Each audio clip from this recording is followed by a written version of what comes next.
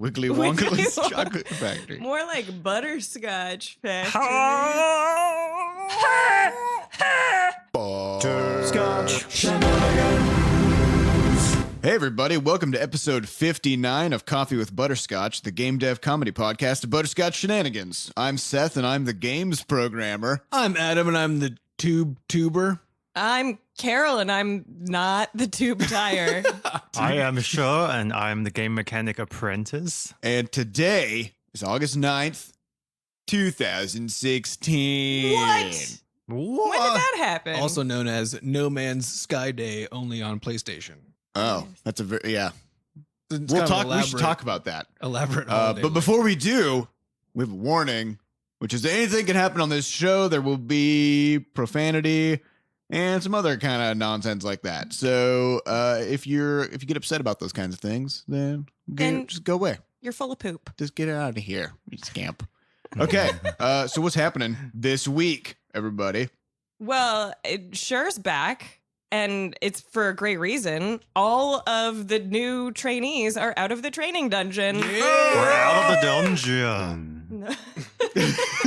So how was the final boss? The final boss was beat the shit out of me. How many potions did you use, bro? I think I have used all the potions, and I have eaten all the glasses, containers of the potion too. Because I just need those last lick of the potion.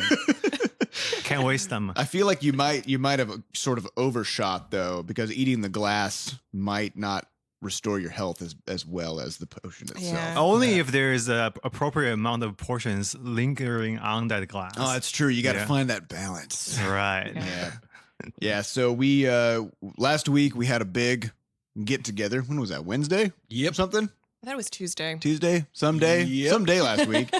Doesn't matter. And we decided, you know what? We've been running our noobs through the ringer of training enough, and it's time to just sort of throw the what's the term? Throw down Coffee to the wall. Throw the put it in coffee a gauntlet. onto Throw the wall. spaghetti Push. on the child. Or Yeah. push the lion cuffs off the cliff. Yes. So So that they can come back as the king so they can fly. if they survive a stampede. Yeah. Gazelles. That's Of the gazelles. that's the saying. Yeah. Right. So we Long saying. threw some really big projects at them, and they're now buried up to their tops of their eyeballs in code. So which is fun to watch. So we'll have some more info as those projects develop. Yeah. And Although I Sam- should also say, just for context, that originally the training window is going to be 8 weeks. Yeah, we just stopped at 3. Yeah. Yeah. We just decided that was too much training. Time to get to work. Yeah. Because no training is as good as actual working. Yeah. Yeah. That's right. You learn a lot, especially if the thing that you're working on is a thing that you know has to be made and people are going to use it, right? That's true. Keep that in mind, kids. If you want to learn something, make something. Yeah. It's very nerve-wracking. Just do it. Stop learning, start doing. And also learning. And this week is particularly weird too because Sam is gone. Sam is in Cape Cod. I didn't even notice. He's gone. He's normally Yeah. pretty quiet. Oh. So and some kind of small and diminutive. He's just tiny. You Yeah, can barely he's easy see to him miss. normally. He's just quietly producing his art. Yeah. Mhm. And so he's gone through Wednesday, and then on Thursday I'm leaving to go on my normal yearly trip up to northern Wisconsin. And then Adam, you're leaving on Friday afternoon. Friday Visit some afternoon. friends in Nashville. Yeah, so we have it's one of those weeks. I don't think we Yeah. planned it this way. No, just it happened just this kind of way. happened. Everybody's in and out, and Mhm. nobody knows how to get anything done. Yep. Welcome That's not true, actually. We're all- we're all like- We don't, but we get things done regardless. We don't know how, but we just flail real good.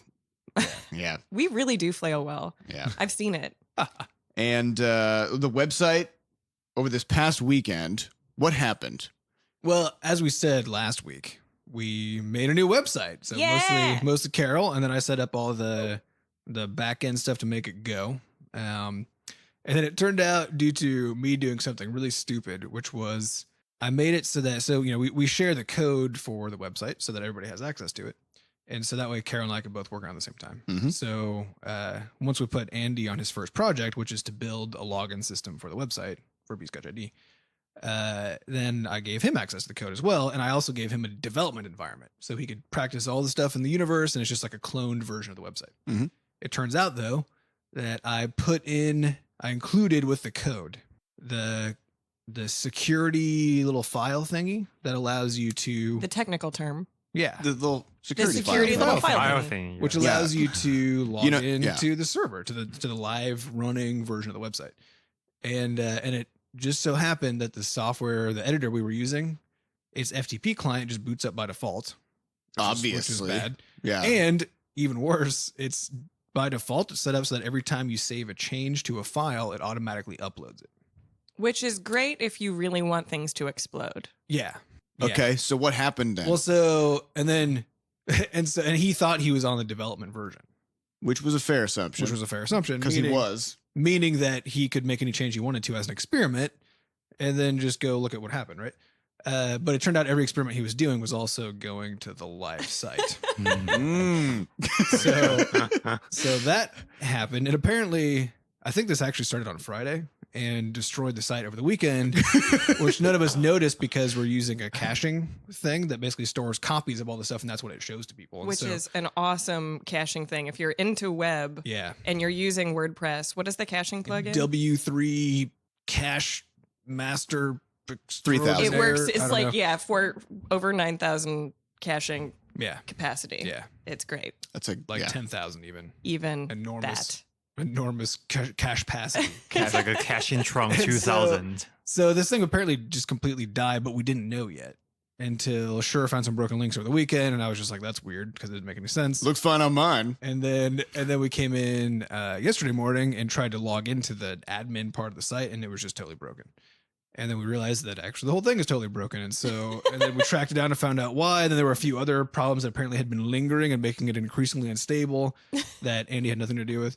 But it did culminate in, for those of you Linux users. So Andy's still learning his way around Linux, and Wait, we don't have Linux users. we don't.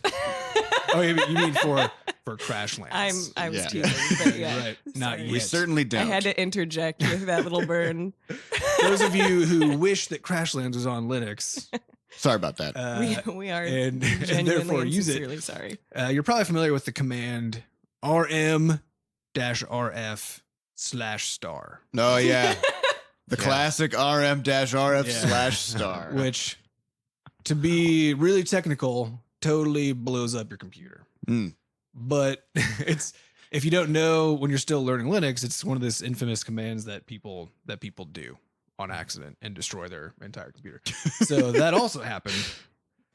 Which anyway, there were a whole bunch of things that happened. I didn't actually hear the context yesterday of what happened because I had my sweet noise canceling headphones on Yeah. throughout the day. But every now and then I'd take them off and I'd hear Andy say something like, "I just can't believe that there's just a single thing you can type like that that just deletes your computer." It's a conveniently packaged self-destruction button. That's, It's 7 characters. It's like including spaces. If you include spaces, it's like 10 keystrokes. Not, it's pretty. The only more effective way is to take one stroke with a sledgehammer to your hard drive. But then if That's it's a the- virtual machine, that can't do anything. So you actually yeah. have to You do need to use a virtual sledgehammer. a virtual sledgehammer. You need to throw a sledgehammer through the Ethernet cable Yeah. Mm. so that I can. It's get hard out to of the way. do because of just the size difference, Yeah. of the cable versus, but it's doable. Hacker style. Yeah. Anybody can do it as long as you hack hard enough. Yeah. Yeah. yeah. Which, as we all know, involves just typing real fast Yeah. and throwing technical terms Yeah. out there. Yeah. And we were watching my wife and I saw the Bourne movie, Jason Ooh, how Bourne. was it? It was hilarious Yeah? in a lot of sort of unintentional ways. That's what I was kind of expecting. Yeah, and I feel like they just threw a lot of sort of different CIA kinds of stuff together all at Mm. once just to make a movie out of it. So unlike the first 3. Oh no, it was that, but just to a higher degree. Okay. At one point, they go to this hacker den, which is the very beginning of the movie, and Hacker Den. and they have these little snippets of hacker lingo, popping out of the group, and one of them just goes, "Use MySQL to hack the database." I mean, to be fair, Well, that's just how you use a database. That's what the database is made but of. if you use a database in a certain way, is that hacking now? I guess if you just, if you just rewrite the database using MySQL. Yeah. But I Or don't, if you just log into it and do some stuff. And they did that whole hacking? they did that whole enhanced thing, they like, we got to use facial recognition. Like we Yeah. have this super blurry photo. There's like one pixel that looks like it's the color of that person's hair. Enhance it, and then it's like, there's their face in full HD. So you're telling me this was written by someone who's really good at researching for a really short period of time. Yes, and who gives zero fucks. But the best part was the chase scene, which was, every Bourne movie has the chase scene, Yeah. right? And it culminated in the villain. He hijacked a SWAT team truck, and Jason Bourne is in a car chasing him, and the SWAT truck somehow there's a scene where all of a sudden the music reaches this fever pitch of tension, And the bass drops. and there's a Base never kind of drops, actually it was kind of like that. So there was this huge roadblock of maybe 30 cars, and you could see this SWAT truck was about to just smash into it, and you're like, oh, he's about to just crash and explode. No, he just plows through the 30 cars, and he's just driving at normal full speed, and the cars are just exploding and flying out of the way, as if he's just kind of like swimming casually through a stream. I feel like the earlier Bourne movies did a good job of not doing that, So everything felt kind of real and gritty, where Yeah, like they would it was just bang over the into top. a car, It was- and yeah. then they would be all wounded and have to like hobble out of there because that's what would Yeah, happen. no, this dude, he just, and by the time he was done, I think he probably just completely obliterated maybe 150 cars by the end of the chase scene, and the truck he was driving was completely unscathed, like not a single scratch on it. So, I He's guess a Wait, so- superhero. SWAT trucks. Matt is still by Matt Damon, right? yep, Matt Damon. So yeah, Matt Damon, after all these years, he has accumulated all these kind of skills that the movie just have to, keep up with. Yeah, him. maybe we just don't really know. Maybe we have an idea of how the world works, and we are wrong, and really what's happening in the Bourne movies is the real thing. Only Hollywood can truly know how physics and hacking and the world itself works. Yeah. What we don't know is that actually that was a real SWAT truck just driving right through those cars for real, and they just filmed it. That's just how it worked. But this What is better interesting. time? I want to walk back to Carol's point, which is this sort of like minimum research to because this is weird to me now that I think about it, that it is true in almost any of these cases where people are doing fake science on sci-fi shows or fake hacking in every show in the universe or whatever. They have a lot of the terminology. Mhm. So and they use it. They in looked up almost the enough right- stuff No, but here's the thing: to get you can't just words. look that up and use it, right? Because you don't understand the semantic meaning. Like no random person can just go look up, how do I hack a database and understand that like MySQL is a thing you use to talk to a database enough that you can then just put those words together, right? Right. It takes a significant amount of effort to figure that out. Or a friend who knows how to work. Or a on friend who knows how. databases. And that's the question is, because some of these have pretty involved, especially in sci-fi shows with like biology and stuff. Mhm. They'll get really deep in terms of the terms that they use, and they use them almost right, which is weird It's like because Uncanny Valley. yeah, exactly. Like, how did they get to that point? Because that's a point It's that the if you're uncanny just- valley of science. Yeah, if you're just a person who's completely unfamiliar with a field, you don't really get there. That's beyond where you get. But if you're a person who's completely familiar with a field, then you know that that's wrong. Yeah. So who the hell? Who where did does they that- talk to where to does get that the come from? information? I have a theory. So Huh. the person who write the script themselves is completely unfamiliar with it. Yeah. But they don't do the research. They ask somebody else to do the research, and they get the secondary information. So then they from interpret that. it. It's kind of like when you read a news article about a scientific study, right? The journalist will read the study and they're like, I know some of these words. Yeah. And then they're like, this cures cancer. And then that's no. the article. Scientists say Scientists say that it may. that. No. Just scientists say this cures cancer. Yeah. Yeah. The study shows. I have to say, I know you guys haven't seen Mr. Robot yet, but I have. You have. I You watched watched it over the it. weekend. Isn't it great? It's good. So, Mr. Robot actually does a really good job at being accurate as Yeah. far as hacking goes. You can, like, hackers have actually taken screenshots, and he's actually using terminal. He's actually using real Linux. It's not this fake operating system or these weird, stupid nonsensical terms that he's throwing in. It's Right. actually things that would do stuff. Yeah. Although every once in a while it still dives into nonsense. But for the most part, yeah, it's actually pretty, yeah. That's something I think that's really admirable in any Hollywood or any, major show. Yeah. And I think it stands to reason that science and hacking and all this stuff, by nature, if you were to watch somebody doing it, it's really boring and slow, Oh, right? yeah. And like Yeah. you gotta spice it up with some you gotta get zooms some and juice. enhances and all the other crap. Otherwise, the movie is just real bad. Yeah, that was just to make it up. But it is one of those interesting things, right? The more you know about a thing, so that you go watch it portrayed in some way, which must be true of everything, including politics. Because most shows have tons of politics and all kinds of stuff. I imagine if you're an actual politician, like what is it like to be a politician watching House of Cards? For example? Oh my God. It's probably Right? fucking hilarious. Well, so I would recommend, if you want to watch the movie Gravity, do not play Kerbal Space Program first. Yeah. Because the entire premise of the movie is founded on violating the laws of physics. Right. Like it just can't happen. Yeah. So. Yep. Well, that's true. Yeah, And that's true George of any- Clooney's death also Yes. violates the laws of physics. Spoilers. Oh yeah, George Clooney dies. I mean, in real life, in the movie, they filmed it. It was really gruesome. Ugh. Yeah. Wow. Um, I'm not comfortable talking about this. All right. over. So listen.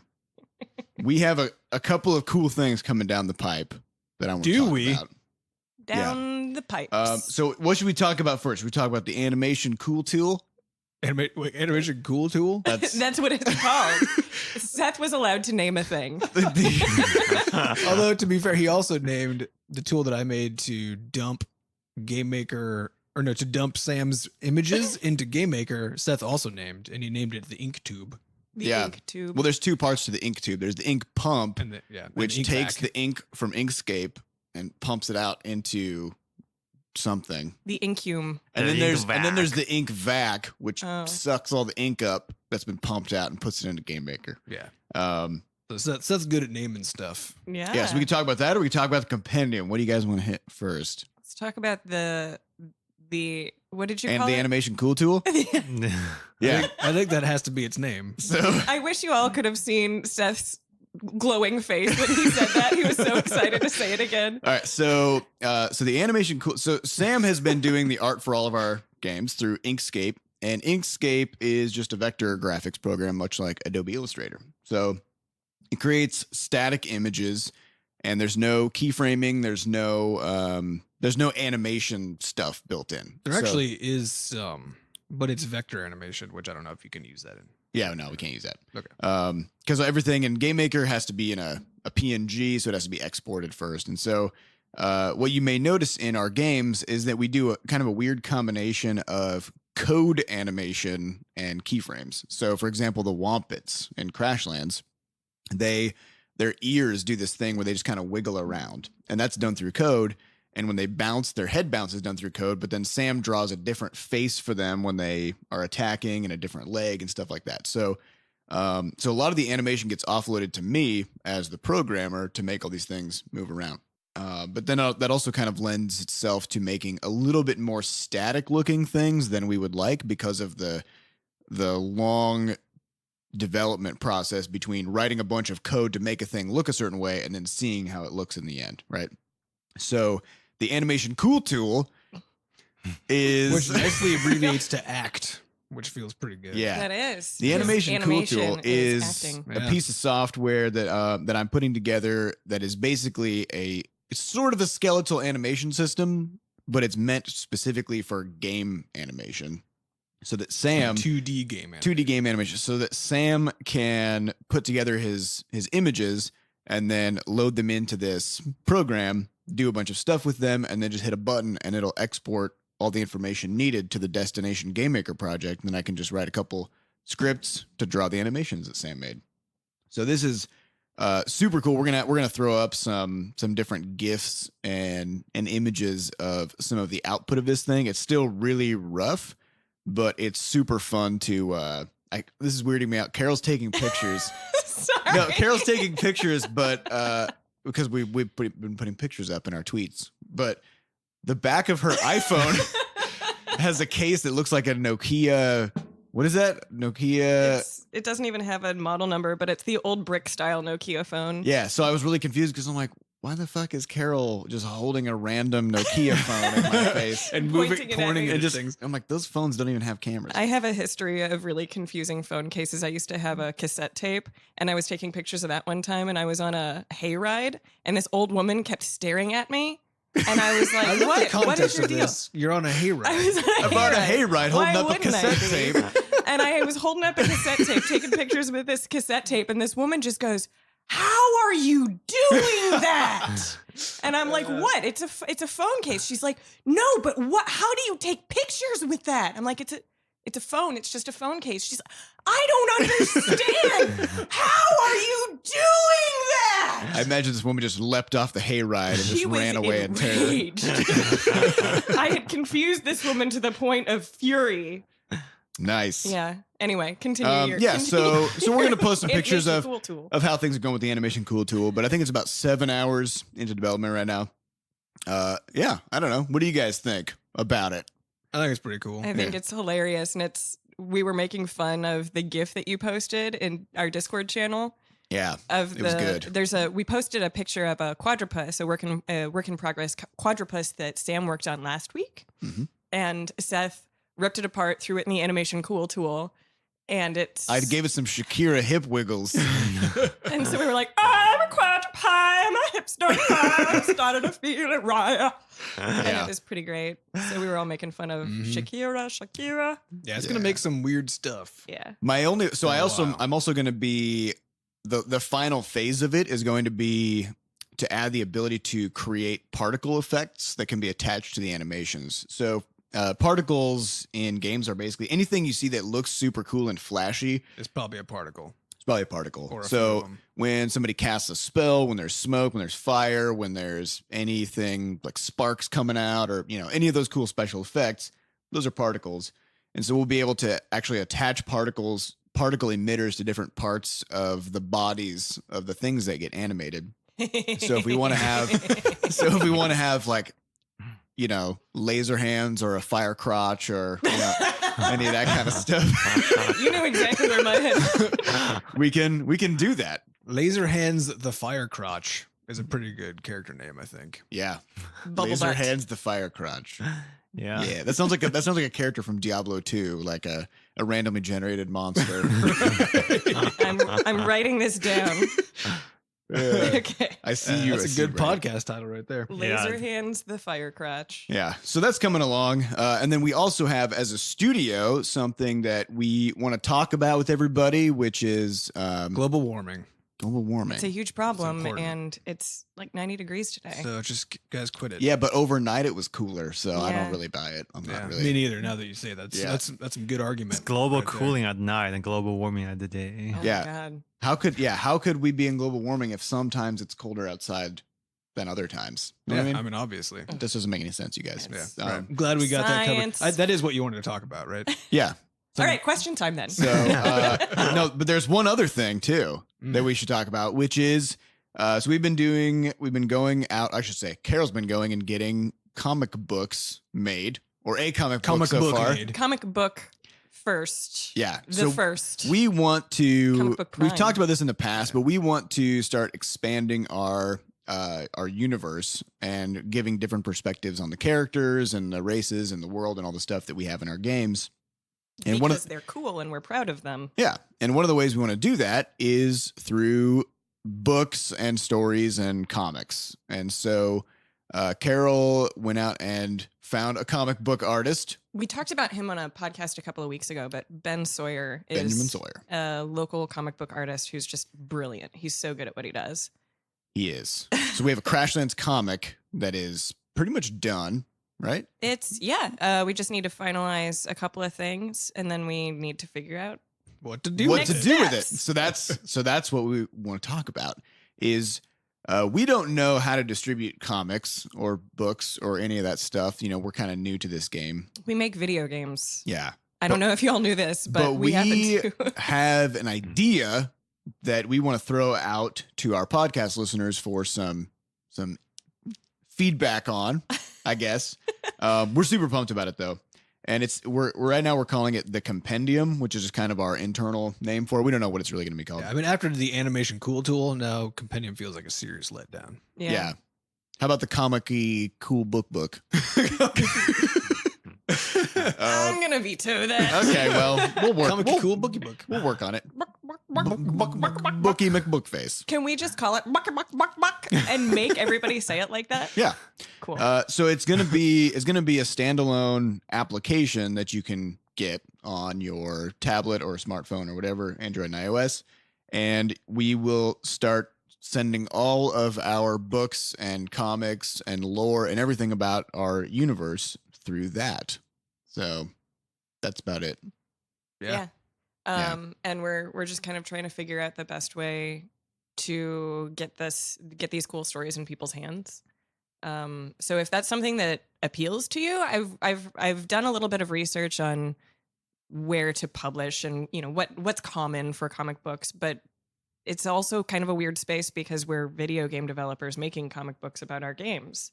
And we can develop apps. And we know how to develop apps. So we can pretty much do whatever we want. So the normal constraints that might be applied to a comic book artist who says, I've made a comic book, how do I get it into people's hands? Throw it up on Comixology. They got to go through existing distribution channels, but we have things like Butterscotch ID, and we can create apps and we can send things through the web and all that stuff. So it seems to make sense for us.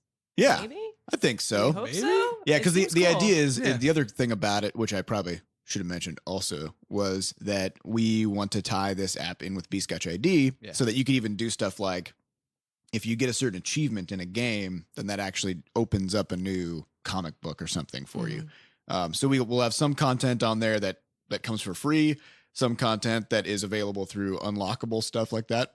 And then we'll have some other stuff that is you can buy issues or buy novels or whatever. Because these things cost money to make. They certainly do. They certainly do. Yeah. But it's also really cool because it would offer a sort of one-stop shop place. Because we have, if you've checked out the new website, you'll see under the games panel, we have a lore category and a lore section where you can just go and read all these stories and learn about the characters and the races of the worlds. And we want that to be more directly available to people if they're just interested in the world. So if you're getting these comics, you can also go back and read these stories from, between games and things like that and really immerse yourself in the world. Yeah. And it's weird too, because in the past, we just had purely the blog format on the website, which meant that anything we posted would get buried within a week or two by other content. And so the incentive for us to really put a lot of time into developing these lore stories and characters and all this stuff was really low because it was only going to exist and be available for a short time. So by doing something like the Compendium where we can organize the content much better and each individual user of the application can build up their library of stories and all the stuff that they want to see, then that really pushes us to, really invest a lot in developing these stories and characters and stuff. So I'm excited about the idea. I think it's going to be really cool. Super cool. Yeah. Well, especially if we have fully integrated Butterscotch ID in there, because we could use it as a serious platform where we could even have a better chat system that's built into that thing, and you could potentially even manage Butterscotch ID stuff there. So basically, be the Butterscotch ID app that includes access to all of those kinds of things. Yeah, I think that would be a really awesome thing to have available. We could do whatever we want. We can do whatever we want. We're grown humans. We're grown-ass humans. Grown-ass. Yeah. But yes, if you have ideas about if that sounds good or not, audience. Or what of you course wish you it had does. access to. Yeah, or exactly. The kind of cool stuff you want to see. Yeah. Yeah. I mean, if there's things, yeah, I don't want to talk about all my ideas because they might all wind up sucking or not coming to life. But I mean, who knows? Yeah. But the idea is it's integrated with Butterscotch ID. Yes. So we can do anything. Yes. Which, of course, if we sold a comic through Kindle or something, that couldn't link. That would not be able to talk to Butterscotch ID. Yeah, it's just a PDF that you download onto your device and right. And Amazon lets you look at it. You thumb through it. Yeah. So, okay, well, that's all the news we have for the past week. Let's get on to question time. Question time. Question time. And wait, did we want to talk about No Man's Sky? We said we would earlier. oh, We can also just not talk about it. Well, none of us have played it yet. No, Because so it's No Man's Sky. So no- Nobody gets to play it. It's No Man's Sky. No Man's Yes, Sky, because it came out whatever today on PlayStation, and it comes out on the 12th for PC. Yeah. So we could also just talk about it once it's out, and we played it if we wanted. Yeah, to. I We would like could. to. I would like to play it. But there was an interesting newsy snippet about it. A few pieces actually. Yeah. Which was a little bit of a security breach that they had. Do we know enough about this? I don't know enough about it because I've just mostly been reading headlines and not right. articles. Well, it and wasn't so I much a feel- security breach as it was. Although, so the lead developer did an AMA on Reddit yesterday. So I skimmed through that a bit, and there was just a bunch of stuff. But to me, one of the more amusing ones was that the game isn't out, Right. and it wasn't out when he was doing his AMA. He was prepping for the day of the launch. So anybody who's playing the game is absolutely doing it illegally. And yet, one of the cool things in the game is that it's basically an infinite universe. Nobody sees even though everybody's in the same universe, they start at random points. So the chances of two people seeing the same planet is very, very low, right? So that's kind of the setup. When you find a planet, you can name it because there are so many that a player could basically name planets for their entire life and still have more planets to name along with everybody else. You can also name the creatures you find and so on. Infinity is so cool. Yeah. There's a lot of it. It's infinite enough.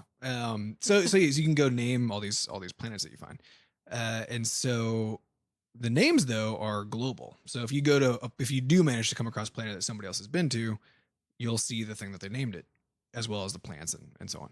So the game's not out yet, but of course all these names exist on their server, and they already have 100,000 named planets. Because of people playing the game, Because the game got leaked. Because the game got leaked. Oh. And actually, but the leak part was that's just because of the normal piracy kind of stuff, right? But that's a pretty high amount of piracy. But it's a game that people really want, and so of course it's been pirated like crazy already. But the bigger news item was that Kotaku broke the embargo on it. Really? Oh. Yeah. So for you listeners that may be less familiar with this, anytime you're going to publish a game, you send it out an early copy to reviewers and you put an embargo on it saying, please don't talk about this until, 2 days before launch or whatever. So that way every journalist and every news source has the same sort of fair chance to talk about it at the same time. And you do it in a way that's useful for the developer of the game. So, to get hype right. And you give them enough time to play it and really experience the entire thing. Yep. And so apparently they streamed it like 2 days early or something. So that was one thing. But the worst part of this was that was actually, that wasn't actually the press copy. That was like an even earlier copy that they gave them access to. But they had made a huge number of changes that were all going to be ready for the day one patch. No. Which confused everybody because they don't understand that the reason for a day one patch is not because we're lazy developers and we're doing everything at the last minute. It's because it takes weeks to even months, especially for something like a console, to get a game in the state that's considered releasable, because there's a whole bunch of bureaucracy you have to wade through. So the goal then is to have it ready to be released so that the company says, yep, we can put a release date on it and put a stamp of approval. That means you can't change that thing anymore. So you start preparing a launch day patch to fix all the things and add all the content you still want in there. That could be months ahead of the actual launch. So that's what they did for No Man's Sky. Which is totally normal. Which is totally normal and actually really the right way to absolutely develop. And so now all of a sudden there were these early, basically embargo breaking reviews of the game that's in a state that is very different than their intended launch state. Yeah, then they want the players to experience. And so now there's all this drama swirling around this about like, what do you do about this fact now? Oh. Right? that the embargo is broken with the bad version of the game. And of course, there's all kinds of vitriol from players who feel entitled to the game that they imagined in their minds. Yeah, this was always my worry with No Man's Sky, is that because, and it wasn't even the developers that hyped it up. I think people just saw it and it's beautiful and it's huge and it's expansive, and people just saw it and they're just like, this must be the best fucking game ever made, right? And of course, it's gonna have some great things about it, and it's gonna have some flaws like every game that comes out, right? Mm-hmm. There's no perfect game for everybody. And what it focused on doing, which is the cool part, right, is the sort of infinite explorability. Mm-hmm. Yeah. But that's the thing they focused on. I mean, that's what the game's about. That's what it does really well. That's what they got away with 3. It's a team of 6 people, I think. They spent 3 years making this thing. And as we talked about I think we talked about in a previous episode, but as indie studios, we basically get to do one thing really well when we make a game. And that's what they did really well, right? So the question is, what's the rest, right? Who knows? But people are probably going to feel let down in all kinds of ways. Well, it's tricky too, because when you look at it, it looks like a AAA game.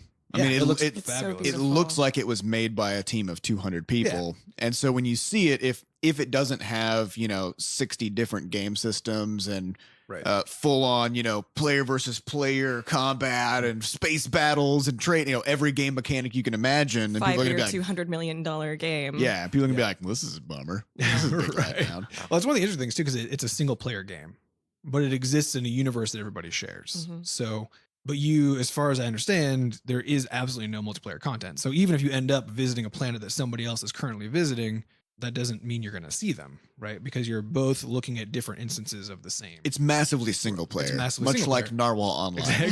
It's basically the same game as Narwhal Online. Yeah, it's a clone. You mean beep? Yes.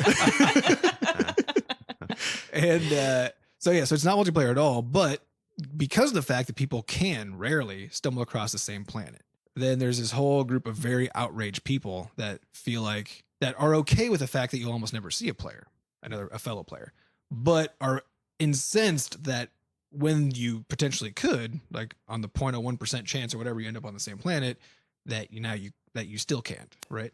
Because and to me, it's about how little people understand about how these things are built, right? Because as we talked about in previous episodes, multiplayer is this enormously complicated thing to do, and the absurdity of building multiplayer into a game like this just so that 0.01% of the time, for brief moments, two players can hang out with each other. Out of your 200 hours of gameplay, that 1.5 minute span where you see somebody, where you might see somebody else, you can. Right. And That's dumb. So ridiculous. Yeah. But if that person, because I just read a few things about people being outraged, of course. But if those people, the question I have is if they knew, if they knew the reason why that was absurd to want and to be angry about, would they still be angry? Maybe. I feel like maybe. Yeah, probably. Yeah, I mean, that's the thing is everybody's going to be angry about something. Well, not Yeah. everybody. There are some actually balanced, intelligent people out there who understand that not everything can be made by one single Yeah, group our of people. podcast and they listeners, for example. see this kind of news and they go, oh, and then they read the article and move on with their day. Yeah, they're like, oh, they're also human, as am I. Right. Yeah.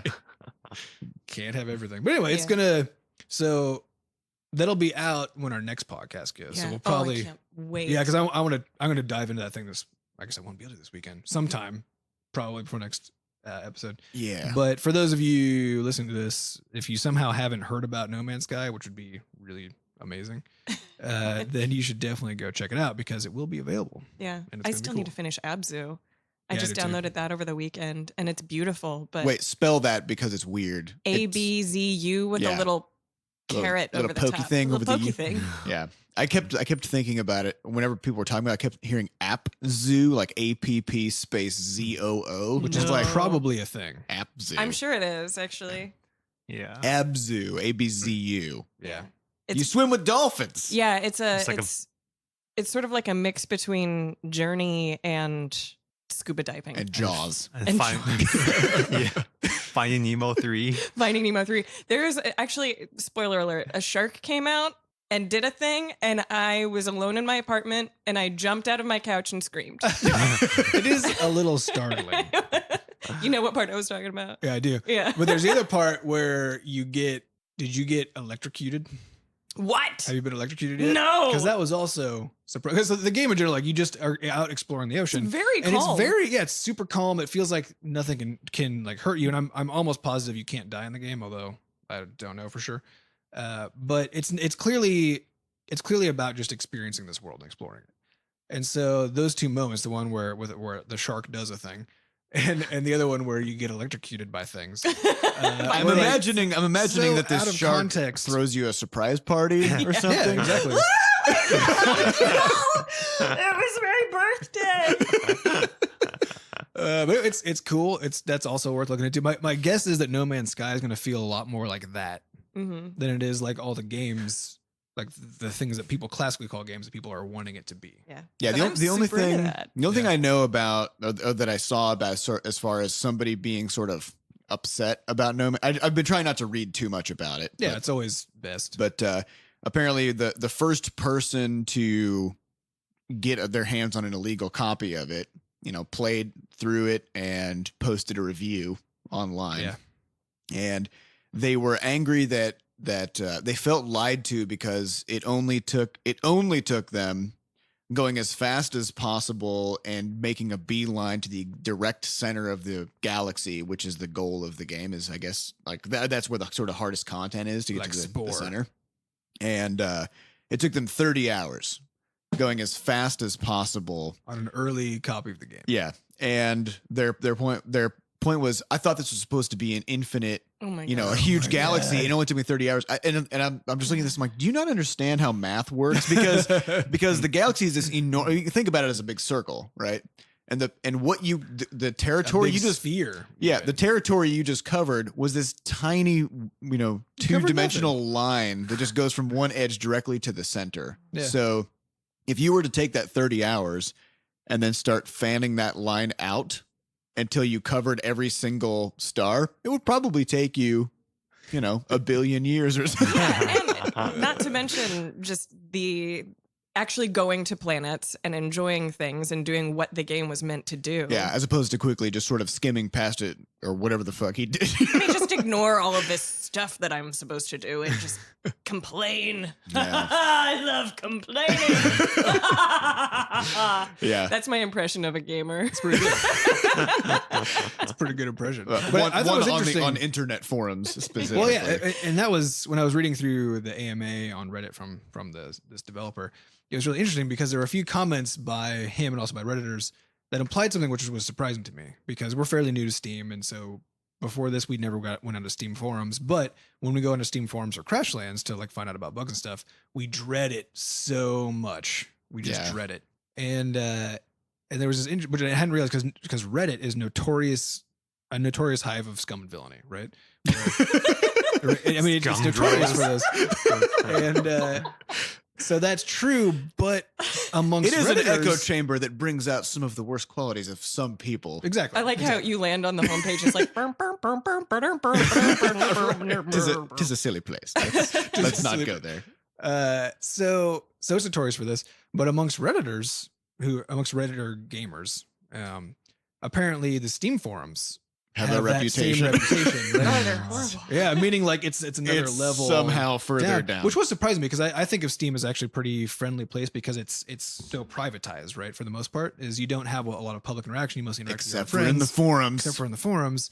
And so apparently, even if you have an environment where people are encouraged to be nice to each other because of being within friends lists, those people are still a bunch of assholes once you give them a public forum to talk about stuff. So that was really interesting. Eye-opening. Yeah. Don't know what Yeah. to make of it. Well, hey, maybe we should get to some questions. Yeah, we should Yeah, get we to should answer question some time. questions. So questions come from podcast.bscotch.net. If you are logged into our forums, then you'll be able to ask questions, get them answered, and get a little cool avatar if we do answer your question. And right now, there aren't that many questions being asked, so your chances of getting answered are pretty dang good. It would be incredible. Dees. So get in there. Podcast.bscotch.net. PDs. Get it Let while me it pull still up my lasts. question list here. Beep, boop, boop, beep, boop, boop, beep. Okay, here we go. So, Bob, that's actually Adam's robot sounds because he truly is a science robot. yeah, this is a fact. Yep. I was built. By So science.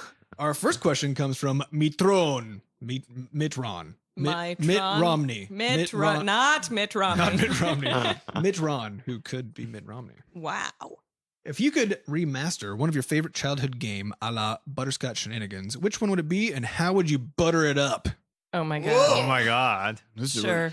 What do you think? I'm gonna deflect. I've got What's an your favorite easy- childhood I've got an game? easy answer while the rest of you are thinking about yeah? this. Go ahead. I absolutely would not, because if it's one of my favorite childhood games, why would I want to remaster Why would you it? want to remaster Why it? would I want to change it? A thing that makes it my favorite is the things that, just shouldn't be changed, That's right? true. Because my favorite childhood game of all time is Super Mario World. Super Mario Brothers. Which Which one? one? I mean, there's The one there's on SNES, Super Mario World. Super Mario World, is absolutely my, and there's nothing that could be changed about that game to make it better, Yeah. in my opinion. That's how I feel about Super Mario RPG. So I good. never played that one. Ugh, Is that the one Mallow that's and on Gino. Game Boy? No, that was also SNES. Oh, okay. It was, I think, the first RPG that the Mario world ever actually landed on. Oh yeah. And then it evolved into Paper Mario, which was never quite the same. Well, Yes. okay. I'll say when we were growing up, we didn't really get to have games. So what we had was an educational computer called Socrates. Oh yeah. I forgot about that. Socrates. And I gotta say, I was a little disappointed with the juice in Yeah, that game. it It had no didn't have a juice. lot of like particle effects or explosions or no. It wasn't very responsive. No. To feedback. And how's a young person supposed to learn if their if there's educational not materials do not explosions include and explosions? lasers and sparks and fire and smoke and all that stuff? That actually makes So. me think of a game that I played the shit out of as a child. Math Blaster. Math Blaster and Treasure Mountain. Yeah. Treasure Mountain with the little gnomes, and you're like learning grammar. And you're just climbing these mountains. We also had Mario is Missing. Oh my god, I forgot Where about I that didn't one. play that one. you had to, Mario, you played as Luigi, and you had to travel around the world literally around the earth, Yeah. finding like clues San Diego. and using your knowledge of countries and history cities and and- history and stuff to find Oh my god. Mario. I played that game when I was young, and then like I was playing in China, so I didn't learn English at the time. And then that game was totally just confused the hell out of me because I'm just like, where are the Goombas? Where is Bowser? Like I'm supposed to jump on stuff, and then just people I can jump on them. I can only talk to them, and I Yeah. don't And they understand just what they speak say. gibberish. Right. Oh no. I I feel can like see how that would be confusing. Yeah. All right. B-Scotch Edutainment. Edu. How do we would buy be. edu domain? Can we just do that? Probably. Yeah, I don't know. Just It's form different an from organization and register with that. POV. Probably, yeah. Yeah. But if we had B-Scotch Edutainment, that would be the most fun and explosive. it would lean on the tainment side, probably less on the Not so edu side. edu, yeah. Edgy, maybe. Oh. Yeah. Hey, these microphones handled that real well. Did Yeah. they? It was Thanks, Fat no, Bard. No explosions. Also, yeah, Fat Bard edits our podcast, and so thanks, Fat Bard. Thanks, Big buddy. Shout out to. We appreciate you. Next question comes from Spud Shamer, How dare you, Spuds? which is really a fabulous name. Although there's got to be a story behind. I don't know. this. Maybe we'll never know. I don't think I want to know. I do a little bit. Spud Shamer. Spud throw Shamer. Throw us a tweet or something. Let us know where this came from. The origins of the Spud Shamer. So Spud Shamer asks, what kind of snazzy or schnazzy? I'm gonna go with schnazzy dudes. Were you guys rocking back in high school? Were any of you smooth dome bros rocking long, luxurious locks? Why? I There's a in lot of fact good words. Yeah. Carol is doing So it Carol now. actually did it backwards. So she just had her head shaved all through high school and everything, and now she's got luxurious locks. Yeah. So Yeah. Actually, high school was the only time that I ever had dyed hair. I had pink tips. Oh, cool. Nice. Christina Aguilera, Genie in the Bottle era. Yeah. But hers were red and mine were pink. And I was really proud of them. you're like, she doesn't know what she's doing. Yeah. Red. Pink Come is on. so much better. Come on. What So, about you, yeah. Sure? What did you do? I think Samesies? yeah, just completely dye my hair red pink, tips? pink. All A right. lot Yeah. of follicle innovation over here. Follicle innovation. That's like a good company. Well, I had a lot of hair traumas in high school. I was on the swim. hair trauma. I was on the swim team, and being in chlorine water for an hour every day turns your hair into this sort of horrifying, mangled mess of firmness. Ooh. Mm. Yeah, it's almost as if like your hair is crunchy. yeah, your hair is so damaged that it's almost as if it's just permanently gelled. Ooh. Like, so you could get out of the pool and just kind of like shape it into something, and then it would just Stay maintain that that shape. way, And it was yeah. especially bad because it was in the middle of winter. Yeah. So we would come out of the pool to go to the school, and you'd still have kind of wet hair from swimming and stuff, and then your hair would after swimming. after being bleached by the chlorine would then freeze on the way to the car. But it's fun because you could Snap crack it it. off. Yeah, you can make a little crack. You could make it crack. Yeah, so it Yeah. was bad. So by the end of the swim season every year, we would all the whole team would bleach our hair pure white for 1 week, And then the last day before we shaved our heads, we would all cut our hair into some ridiculous thing. So like some guys would shave like a checkerboard Oh my god. into their That's so brilliant. or like a mohawk, or some of the guys would do a an old man do, where they would just like shave the middle of the top off and just leave the sides all long Or and, monk- like the monk bleached do. and mangly. That's Yeah, so good. it was. Yeah, I probably had the worst hair Adam did of everybody. Adam did a middle part I had back a- in. I had a oh middle no, the butt cut. I had the butt cut. The Nice. butt cut. well, I had a did a butt bowl cut. cut at You had a one bowl point. cut. What a I bowl did cut. too. Actually, it was traumatic. Yeah. Hair as kids is bad. But I was in mid high school even. You were when in I still- you were in seventh grade Was with, seventh grade the, my with the part of- middle part. the middle part? Yeah. It was just a very short time. So I had a bowl cut and you had a middle part at the same time Oh no. Yeah. for like a 6-month span, and then we both. It was bad. Yeah. Oh, and this is a little bit beside the point, but I needed to squeeze this in. Our druid dad sent me a text, and he was a little bit bummed out that we did not get the diet of lizards correct in the last podcast. They don't eat mice. He didn't clarify what they do eat, but it's not. Well, they mice. mostly eat bugs, actually. Yeah, crickets. Actually, my cat was really upset with me today because I took away her cricket friend. Oh, I thought she was upset about something we said in the podcast. Yeah, that too. The cat was Sorry. like, "These fucking idiots! Lizards do not eat mice." Wait, so she had a cricket friend? She was in the kitchen and I didn't have my glasses on yet. And so I was just wondering what she was chasing around and making those cute little like The cat chirps. cat chirps of like, I found a thing, guys, look. And so I finally like get my face real close to this little black spot that's on the floor and I realize it's a cricket. So I trapped it and took it outside because I don't like murdering things. Why would you murder things? What did it ever do to you? But then I came back in and my cat was just sitting in the middle of the living room with her back turned to me. You.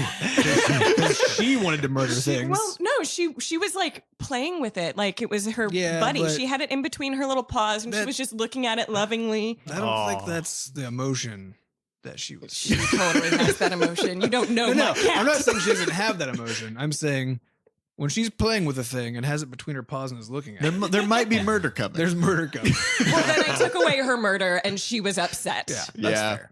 But now you can feel better about it Yeah, because it's fair. There are many cricket characters in Disney movies, so you took out the chance of your cat to become a princess or something like that. Poor Jiminy. or someone's Jiminy conscience. Cricket. Right. All right, next question comes from Alan Falcon, who asks, or says and then asks, Hamilton is a brilliant hip-hop musical about one of America's founding fathers, he says. When Crashlands is made into a Broadway musical, what unexpected musical genre will the songs employ? Oh, it's gonna be just straight up opera, just a pure Crashlands opera. Blocks, where have my packages gone? Yeah, that's Yeah. the opening. Starring Carol. Only Carol. It'll be sort of a 127 hours style solo act. No, she's gonna play every character. Yeah. Oh, right. So it'll be more like the Nutty Professor. Sort of. Yes. Yeah. Yes, exactly. Hugo will be like, Flux, you are a moron. Can we do this? Is this a thing? I feel like this is a thing. Yeah. That's Well- gonna happen now. Coming soon well- in the compendium. Yeah, in the compendium.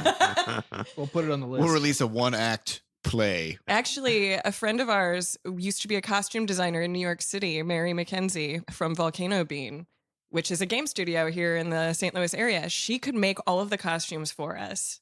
And Oh I'll my just do these God. quick changes and just be up there singing, All being right, awesome. it's on the list, on the to-do list. All right. Yeah. Put it on there. Yeah. Our next question comes from Mitron, which again this is Mitt Romney's alter ego. Oh, yeah. We assume, or at least I assume. We're getting political. Who asks, how is Philip settling in? Will we get to hear him in the podcast? Looking forward to the Coffee with Philip episode. I actually need to convene with Philip because I am out of coffee at the moment. Philip is our coffee maker. For Yes. those for those who don't know. For those of you who are deeply confused, I need to have a meeting and by with that him. I mean we literally have just a person who stands there With a all googly day eyes. and makes coffee. Right. and We drink a lot. and of in the coffee. last episode he beeped. Yeah, it's weird. He does it. Also, when he is done making coffee, he just makes these weird gurgling sounds. Yes, exactly. It's the death rattle of the coffee machine. Yeah, and honestly, he doesn't do that great of a job at making coffee because he's not very mobile. So we still have to take the pot from him and take it over to to the sink and fill it up and bring it back and put a filter on his head. I don't even know why that's a thing. A lot of good you are, Philip. Yeah, You have one job. he has one job and he does it marginally. Yeah, he just percolates. That's all he can do. Is Yeah. just percolating left and But right. we did put some googly eyes on, or rather, Andy. We were making some joke about, hey, we should name these appliances, and Carol goes, I have a label maker, and so we got labels, Labels. and we put the name of every appliance on it, and then Andy was like, I got googly eyes in my truck, so he just He has doesn't have a mouth yet, though. no his Well, mouth. that's- His mouth is the giant thing that holds the coffee pot. Yeah, he bites Oh. down. Yeah. And his No, he eyebrows. needs a little smiley His face. eyebrows are the buttons. They are. He's so angry. He's like Groucho. Like, get this coffee pot out of my mouth. I guess let's post a picture Coffee of this. is- Probably. Will post it. Coffee is getting stale. He definitely needs a mouth, though. Maybe we should do a Twitter poll with a picture with and without a newly added mouth right below the eyeballs and see which one's better. Because I'm feeling he needs a mouth. Well, Anyway. or a mustache. Yeah. Dash. Go full Groucho. All right. Do we have time left for another question? Or We do, yeah. All right. Quicken. Kevin888 asks, I hear you guys like games. I don't know where he got that idea. That's That ridiculous. is completely ridiculous. Come on, Kevin. What about ARGs? Have you played or seen any cool ones? Would you ever make one of those? Maybe something involving website Easter eggs? This is an Oh. augmented reality game. Right? Ooh, no, wait. You have to do it right. Or- Because the A, Augmented? people get pissed if you say the wrong A word. Because it's either artificial or augmented or something else entirely. I think it's augmented. Augmented. Because I thought it was a thing, and then I heard a podcast of some guy talking about it, and he got really pissed. So if you get The pissed word because was we wrong. said augmented reality game, get a life. Take a chill pill. I'll say I like the idea behind augmented reality games. I haven't really gotten into any, but there's one that came out pretty recently that a few people have been playing. It's called Pokemon Go. I haven't heard Yeah, of have What you is heard that? about that? Yeah. It's made by some, I don't know, just some random company. Pokemon? Pokemon. Poke- That sounds Poke- gross. Pokemon. I don't want to get myself Exclamation into mark. Go. Question mark. Pokemon, go. Go. Go. that.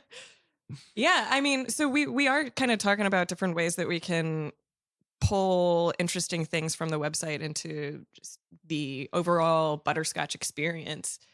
So it could eventually become sort of a meta game or a augmented Yeah. something. I Augmented wanna- something. I want to augment make your- an augmented reality app that just sort of it actually, instead of being a standalone application, it just taps into your camera. So anytime you take a selfie, you every now and then there'll be something creepy lurking in the shadows behind you. just you go over your shoulder. Like, Yeah. I'm gonna steal your You'll resources. just see eyes. Ooh, we should make we should make an ARG where we can have a physical impact on the world. So it's artificial in that we're using, we're like man-made stuff is, I guess. Mhm. Where now if you're out in the world doing a thing, Hugo will just show up and blow up a thing you're looking at. Mm. That will require us to develop basically a Hugo robot that teleports to places. Well, no, it's to develop a hologram that can also shoot lasers. Well, Yeah. that's not so hard. No, I think that's easier than a robot. So Yeah. that's fine. a lot easier. Yeah. Might have battery problems though. Yeah, well, it'll Because come. it's It'll using phone come back battery. to the base Yeah. and recharge like a Roomba. Yeah, we'll Okay. get So it's fine. chargers. It's fine. Yeah. They make really great batteries now. Do they? Yeah. Good enough for laser shooting holograms? Yeah. I mean, I have one in my purse right now that lasts like 3 phone charges. That's probably good enough for a hologram. When do you guys think we're going to hit a point where people decide that their phones are thin enough and that it's time to add 1 millimeter of thickness to get an extra 5 hours of battery? I think I've already done this. That's more than a millimeter. Yeah. Yeah, Seth and I both have phone cases that are batteries. So now our phones are twice as thick as they normally are and about 3 times heavier. But they last a million They last times forever. longer. Yeah. A Yeah. million. I can play Infinite. Crashlands all day on my battery. Well, I think a phone by default has something like 1,500 milliamp hours, Moz. and this battery I have is 10,000. Oh. So it's Significant. many improvement. phones worth of It is juice. many Many phones. Many, Yeah. many All right. Well, so we got time. We can do one more quickie. Can we? Yeah. All right. Strike first one. I guess there might be other strike firsts, which is ironic. 0, prime, strike first, prime. There's strike first. first. Actually, it goes strike first -1 all the way to negative infinity. Oh, wow. And this was the most recently available number. Jeez. Yeah. So he did not strike first. Were there any points in time? Were there any points in time where Crashlands became so difficult to create you nearly gave up? Ha! Nope. Not Done. even close. All right. Thanks for listening, everyone.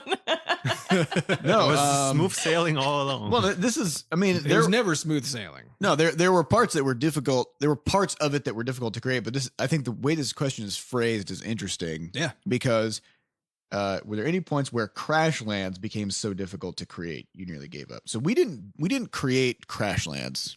We made a shitload of tiny little pieces of things that eventually became Crashlands, Mhm. right? So each one of those things was not any kind of, insurmountable obstacle. We just had ideas of things to do, and then some of them were more difficult and took longer than others, Mhm. and that was about it. Then eventually we had a game. Yeah. It's pretty Yeah, straightforward. you don't make a game. You just make lots and lots of You just tiny make things. you make lots of pieces of a thing until it becomes a game. Yeah. So then you don't have to give up because the future is not this bleak thing. How the hell am I going to do this? It's just, I'll just do the next test right Yep. now. Easy. Yeah. Hang on, let me take a selfie. Let me take a selfie. with my I'm trying Nokia. to- I like at the last minute, I was like, oh God, I didn't take enough pictures. I only took that picture of Seth, and then he called me out, and I was like, I needed to take No, podcast it was pictures. only because of how confusing it was to have you pointing a Nokia at me. Anyways, all right, so that's all the time we have for this week's Coffee with Butterscotch. Thank you all for listening. And as always, please help us spread the word about the podcast. Tell your friends, tell your parents, tell your Doge. Mm-hmm. Your Do- Dogecoins. Doges love podcasts. Mhm. And if you want to get your questions on the podcast for next week, like we said it earlier before the question section, go to podcast.bscotch.net and give us all the questions. Yeah, and you can subscribe to us everywhere. We're on iTunes and Stitcher and Google Play and SoundCloud. We're on and Google Clued, We're on Twitter. SoundPlay, all the things. We're on Facebook. Pod- We're on Instagram. Pod we, Pocket. We don't understand Snapchat. Yeah, we don't understand Snapchat. Yeah. So anyway, we're around. Just point your eyeballs onto the internet and we'll be there. Rub your greasy eyeballs on our stuff. And get that grease off your eyes. Because that's disgusting. Wash Sorry, your eyes moist. All right. first. We'll see you next week. Thanks for listening. Bye. Bye. Bye.